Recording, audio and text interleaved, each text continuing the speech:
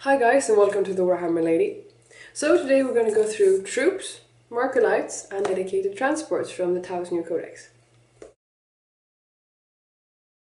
Seeing as markerlights are so important to the Tau Empire and to the Codex, and that they have changed, I thought they deserve their own part in this review. So markerlights, they have a range of 36 inches, no strength, no AP, it's a heavy one-shot, and it has a target acquired special rule. Target acquired basically explains to you that a markerlight shot can't cause damage or wounds in any way. However, if a unit is hit by a markerlight shot, you place a counter next to it, called markerlight counters, and these counters can then be used to give you certain abilities. The counters are always expended before the shooting attack begins, so a unit that has shot with markerlights can never use the counters on their own. The counters remain in play until they're used, or until the end of the shooting phase, never longer than that. Also, only friendly units from this codex can use the counters. And you can also choose to expend them on different abilities and have a combination of them, so you don't only have to use one. There are 3 types of abilities. The first one is called Pinpoint. It has a markerlight cost of +1, so you can spend more than one to increase your ability. And it says that all models firing at the target as part of this shooting attack gains a bonus to their ballistic skill for the remainder of that shooting attack. This is also good for snapshots and Overwatch. And there is no upper limit to how much you could increase your ballistic skill.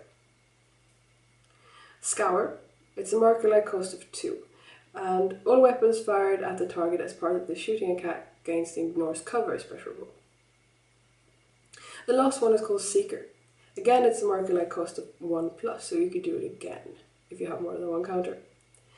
And this means that for each markerlight counter expended on this ability, the unit immediately fires a single Seeker missile, but only if it has the ability to do so, otherwise you can't.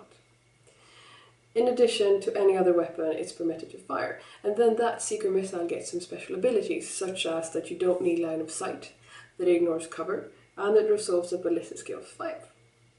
It has some more abilities too, but that's just a couple of them. So that was markerlights for you. Now we're moving on to troops. Fire warriors have the same stat line as they did before. They have gone down by 1 in point cost per model. They're infantry, and they have combat armor, giving them a 4+ save. They have pulse rifles, which is a 30-inch range, strength 5, AP 5, rapid fire weapon. Also, they have photon grenades, which are the same as defensive grenades. They have a special rule, the supporting fire. You have 6 fire warriors in one unit when you buy them, but you can upgrade them to have another 6, so a total of 12. You can always just choose to exchange the pulse rifles for pulse carbines. They have the same strength and AP, but they're assault 2 and pinning and a range of 18 inches instead. One fire warrior can also be upgraded to be a Xiaoxi, which is basically a leader for the fire warrior team, and he has +1 in leadership, but that's it. The Xiaoxi can also take a marker light and a target lock, which allows for him to shoot at a different target than the rest of his unit is. Also, he can take up to 2 drones from the drones list. Remember, no missile drones. The whole unit can take EMP grenades, which is the same as haywire grenades. And they can take a devilfish as dedicated transport. And also the entire unit can have the bonding knife ritual special rule. So basically, the Fire Warriors team is a cheap troop choice. They should absolutely not be in close combat. They were not designed for that. But they're really good at shooting, and they have the ability to be at different range depending on what weapon you give them. You can choose to have the rapid fire one, so that they could stand 30 inches away and still shoot 1 shot, or closer up to give them 2 shots. Or the 18-inch range, which would always give them 2 shots, but they have to stand just a bit closer. It's a good versatility depending on how you want to play them. Recruits have gone down by 1 point, but they've also lost 1 in strength. They're infantry, and they have recruit armor giving them a 6+ save. They have a recruit rifle, which is a 24-inch, strength 4, AP 6, rapid fire weapon. They can also be upgraded to have sniper rounds, then you have to upgrade the whole unit. It's the same range, strength X, AP 6, heavy 1 and sniper special rule. So it's dependent on what you need, basically. Also, you can have additional 10 recruits in your squad, so you can have a total of 20. One of the recruits can be upgraded to a Shaper. A Shaper is 9 points more expensive than an ordinary recruit, however, he has 2 more wounds, 2 more attacks, and 1 more in leadership. So he's basically more kick-ass. He also has crude armor and a crude rifle, which can be expended to be a pulse carbine or a pulse rifle, if you wish. You can also have, in your unit, Crutux Riders. Crutux Riders have lost 1 wound and 1 attack. They have a crude gun, which is a 48-inch range, strength 7 AP5 rapid fire weapon. They also have crude armor, so 6+8. You can have up to 3 of them in 1 unit, or 1 squad rather. They also have the bulky special rule. And last but not least, we have crude hounds. You can have 10 crude hounds in one squad. They have gone down by 1 point, and they've also lost 1 in strength and 1 in leadership.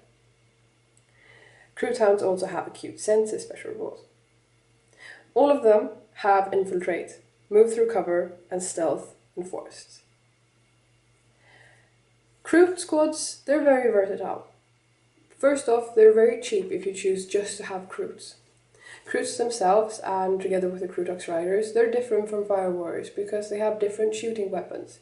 They can shoot at different ranges, and they can have different strengths on their weapon depending on what you need. Also, a Shaper could be a good addition if you want to have a pulse carbine or a pulse rifle. In any way, the crudes are cheap, kind of expendable, and as I said, they're versatile, so you could use them however you want to. It sounds like a very neat little troop choice. There is only one dedicated transport in this codex, and that's the Devilfish. The Devilfish has the same point cost as it did before. It has the same stat line, but it has an additional 3 hull points now. It has a burst cannon, which is a range of 18 inches, strength 5, AP5, assault 4, and also 2 gun drones. You can choose to exchange the gun drones if you don't want them for a smart missile system, which would give you a 30-inch range of strength 5, AP5, heavy 4, ignores cover and homing, which allows for you to shoot at targets that are not in line of sight. You can also give it up to 2 Seeker missiles and choose items from your vehicle battle system list, for example, the night vision special rule. It has a transport capacity of 12 models. Can transport drones, but not models with the bulky, very bulky, or extremely bulky special rule. Basically, this is a cheap, dedicated transport that will allow for you to transport your Fire Warriors and your Pathfinder teams over the battlefield without them taking any harm. It's fairly resilient, and it has some nice extra shooting power for you to have on the battlefield. That concludes the review for the troops, the markerlights, and the dedicated transports. Tomorrow I'll be running through elites. So I hope to see you then. Have a good night.